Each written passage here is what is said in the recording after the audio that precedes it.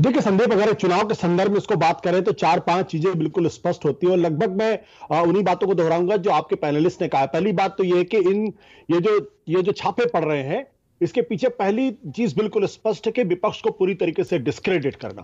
दूसरा, विपक्ष को खौफजदा करना। तीसरा, उनके आर्थिक स्रोतों को पूरी तरीके से बंद कर देना। और चौथा यह है कि सरकार की असफलताओं पर किसी तरीके की चर्चा ना होने देना। क्योंकि अगर ये छापे अगर चलते रहेंगे तो जाहिर सी बात है कि अडानी के मसले पर सरकार पे चर्चा होगी, बेरोजगारी के मसले पर चर्चा होगी, सरकार की तमाम असफलताओं के मसले पर चर्चा होगी। तो ये भी अपने आप में एक बड़ा कारण है जिसकी वजह से सरकार लगातार इसको बढ़ाए रखना चाहती है। और ये सरकार बहुत उनके जो साथी लोग हैं मीडिया के अंदर, उनकी मदद से बहुत कामयाबी के साथ इसको करती है। क्योंकि जैसे कि आज के अखबारों में जो खबर आई कि लालू यादव के यहां 600 करोड़ रुपए मिले। अब मान लीजिए 600 करोड़ रुपए मिले, एसेट्स मिले, तो वो इलीगल मनी या लीगल मनी है, ये कोई टीवी चैनल नहीं पूछता है। आप कल मेरे घर में घुसाइए और कहिए इनके घर में 3 लाख रुपए मिल गए, तो 3 लाख रुपए का मतलब तो इलीगल मनी नहीं हुआ। पर 600 करोड़ कोई छोटी मोटी रकम नहीं है आशु। बट ये कौन कहेगा कि वो इलीगल मनी है या गलत तरीके से ली गई परी है? तो ये जो प्लांटेड स्टोरीज के माध्यम से पूरी को छवि को नष्ट करना और एक ऐसा माहौल बना देना कि देखिए ये तो इसी तरीके के लोग नहीं, 600 करोड़ का तो एक आकलन किया गया है कि उतने का हेर फेर की हमने कुछ हमारे को तथ्य मिले। संदीप, क्या इस बात को एनफोर्समेंट डायरेक्टरेट ने प्रेस कॉन्फ्रेंस करके बताया या खबरें प्लांट करके बताई हैं? मैंने जिंदगी में ऐसा पहली बार देख रहा हूं कि पहले पत्रकार खोजते थे कि कहीं कोई जानकारी मिल जाए, अब यह होता है कि मीडिया के माध्यम से बहुत करीने से खबरें प्लांट की जाती हैं और उस प्लांट की कोई खोजबीन नहीं होती, उसकी कोई विश्लेषण नहीं होता, उसका कोई विवेचना नहीं होती है। तो जो बात मैं कहना चाहता हूं, यहां पर जो विपक्षी खेमा आरोप लगा रहा है कि जी हमारे खिलाफ विद्वेष की, बदले की भावना से हमें बदनाम करने के लिए कार्रवाई की जा रही है, but there is no smoke without any fire. फिर से मैं इस बात को दोहराऊंगा, लालू प्रसाद यादव कितनी बार जेल जा चुके हैं, चारा घोटाला में उनको जेल कितने साल बाद हुई, कितना साल लगता है, हमारी अदालती प्रक्रिया भी कितनी सुस्त है। पूरी जिम्मेदारी से मैं ये बात कह रहा हूं। तो ये जो आरोप लगते हैं, या अखिलेश यादव, मुलायम सिंह यादव, उनके पिता पर आय से अधिक संपत्ति का मामला यूपीए सरकार में 2007 में चला था ना, या केसीआर की बात है, तो ये आरोप ऐसा नहीं है कि इनको बिल्कुल दरकिनार ही कर दिया जाए।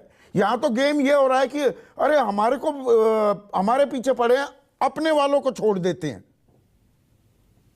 संदीप, आपने बहुत गंभीर सवाल खड़ा कर दिया है, इसलिए इसका जवाब थोड़ा विस्तार में देना पड़ेगा। पहली बात यह कि जो ये नैरेटिव है, ये नैरेटिव बुनियादी तौर पर हिंदुस्तान के लोकतंत्र और रिपब्लिक को अंदर से बहुत कमजोर और खोखला कर रहा है।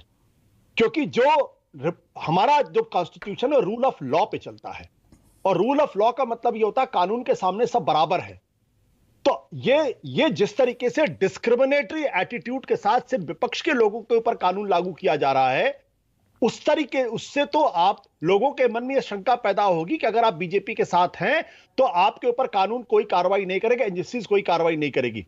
और ये जो इक्वालिटी का कॉन्सेप्ट है, जो समानता का सिद्धांत है, वो खत्म होगा। अगर जिस दिन वो खत्म हो गया, उस दिन ये देश का संविधान, देश का लोकतंत्र और देश की पार्लियामेंट्री व्यवस्था बैठ जाएगी। इसलिए जो लोग ये कहते हैं, जैसे हम लोग ये कहते हैं लालू तो भ्रष्टाचारी है, मान लिया आपकी बात, तो भारतीय जनता पार्टी के उन तमाम नेताओं के यहां जहां 8 करोड़ रुपए कैश मिले, उस पर चर्चा क्यों नहीं होती? वहां ईडी क्यों नहीं पहुंचती? वहां सीबीआई क्यों नहीं पहुंचती? उसको गिरफ्तार क्यों नहीं किया जाता? उनको जो जुडिशरी से कैसे बेल मिल जाती है? बाकी लोगों को 1-1 साल, 2-2, सिद्दीक कप्पन को 2 साल तक बेल नहीं मिली। क्यों नहीं बेल मिली? कौन सा कारण है? देशमुख को 1.25 साल तक बेल नहीं मिलती, नवाब मलिक को अभी तक बेल नहीं मिली हुई है, संजय राउत के बारे में हाईकोर्ट ने कहा है कि इलीगल अरेस्ट है। मेरा कहना यह है कि जो लोग वो चाहते हैं कि तो वो मैटर ऑफ डिग्री का हो जाता है ना, वो आम आदमी तय करेगा, कौन बेहतर समझा पाएगा कि कौन कितना भ्रष्टाचारी है। अब तो ये बात यहां आ जाएगी जी, बीजेपी में कुछ भ्रष्टाचारी हैं और विपक्ष में तमाम बड़े नेता भ्रष्टाचारी हैं, क्या ये भी गेम हो रहा है? मैं रणनीति के लिहाज से ये पूछ रहा हूं। आप उस पार्टी के बारे में बातचीत करें जिसके राष्ट्रीय अध्यक्ष कैमरे पर घूस लेते हुए पकड़े गए, कैश। आप उस पार्टी के बारे में बातचीत कर रहे हैं जिसके नेता कैबिनेट मिनिस्टर दिलीप सिंह जूदेव कैमरे पर घूस लेते हुए पकड़े गए और ये कहते हुए पकड़े गए कि पैसा खुदा नहीं, लेकिन खुदा की कसम खुदा से कम भी नहीं है। बता दीजिए किस राष्ट्रीय पार्टी का अध्यक्ष ये कहते हो, कैबिनेट मिनिस्टर कहते हुए पकड़ा गया? उस पार्टी के बारे में नैरेटिव बनाने की कोशिश की जा रही है, वहां तो सारे पाक साफ है। ये जो असम के जो मुख्यमंत्री हैं, क्या लुई बर्जर केस में उनके खिलाफ केस नहीं था? क्या सुवेंदु अधिकारी के खिलाफ केस नहीं था? क्या मुकुल राय के बारे में सिद्धार्थ नाथ सिंह ने ये नहीं कहा कि भाग मुकुल भाग, और उसके बाद बीजेपी में शामिल कर लिया गया? क्या वो केस क्या कहते हैं अजीत पवार के पास नहीं था? रैली, और अभी कॉनराड संगमा का केस ले लीजिए आप, अमित शाह से लेकर सारे बड़े नेताओं ने उसको क्या क्या नहीं कहा, लेकिन सरकार बनानी आप उनके साथ चले जाते हो, कॉनराड संगमा जो है वो साफ हो जाते। तो मैं फिर बार बार कह रहा हूं, जो रूल ऑफ लॉ का जिस तरीके से मखौल उड़ाया जा रहा है, जिस तरीके से रूल ऑफ लॉ की धज्जियां उड़ाई जा रही हैं, ये देश के लोकतंत्र को कमजोर करने की बहुत बड़ी साजिश है, और देश का लोकतंत्र भरभरा के बैठ जाएगा।